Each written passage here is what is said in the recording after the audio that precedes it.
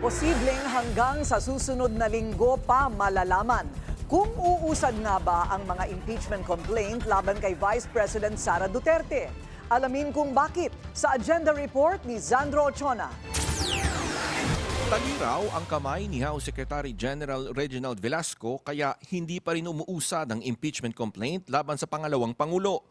May kumakausap raw kasi sa kanya para magkaroon ng isa pang paraan para mapatalsik sa pwesto si VP Sara Duterte. They're thinking about the so-called fast-track process, no? Whereby 1/3 of the House members can just sign a new complaint, endorse a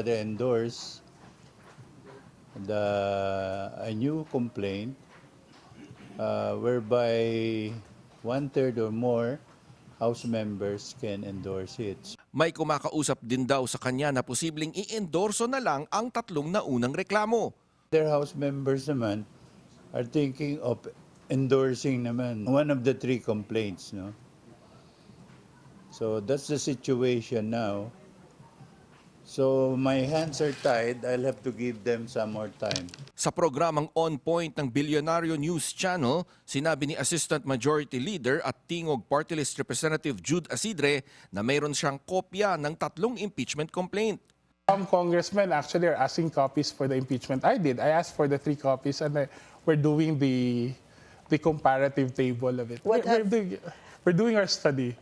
Ayon naman sa ibang miyembro ng mayorya, wala raw silang alam kung sino ang nagsusulong ng ika-4 na impeachment complaint.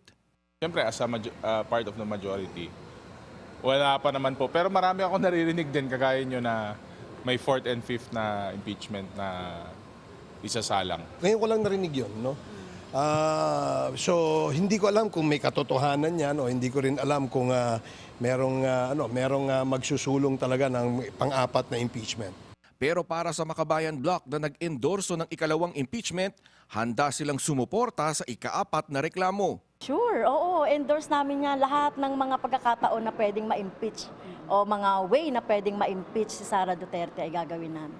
Hanggang unang linggo na lang ng Pebrero ang sesyon dito sa Kamara at muling babalik sa Hunyo. Kaya aminado ang ilang miyembro ng Kamara, nagipit na rin talaga sila sa oras.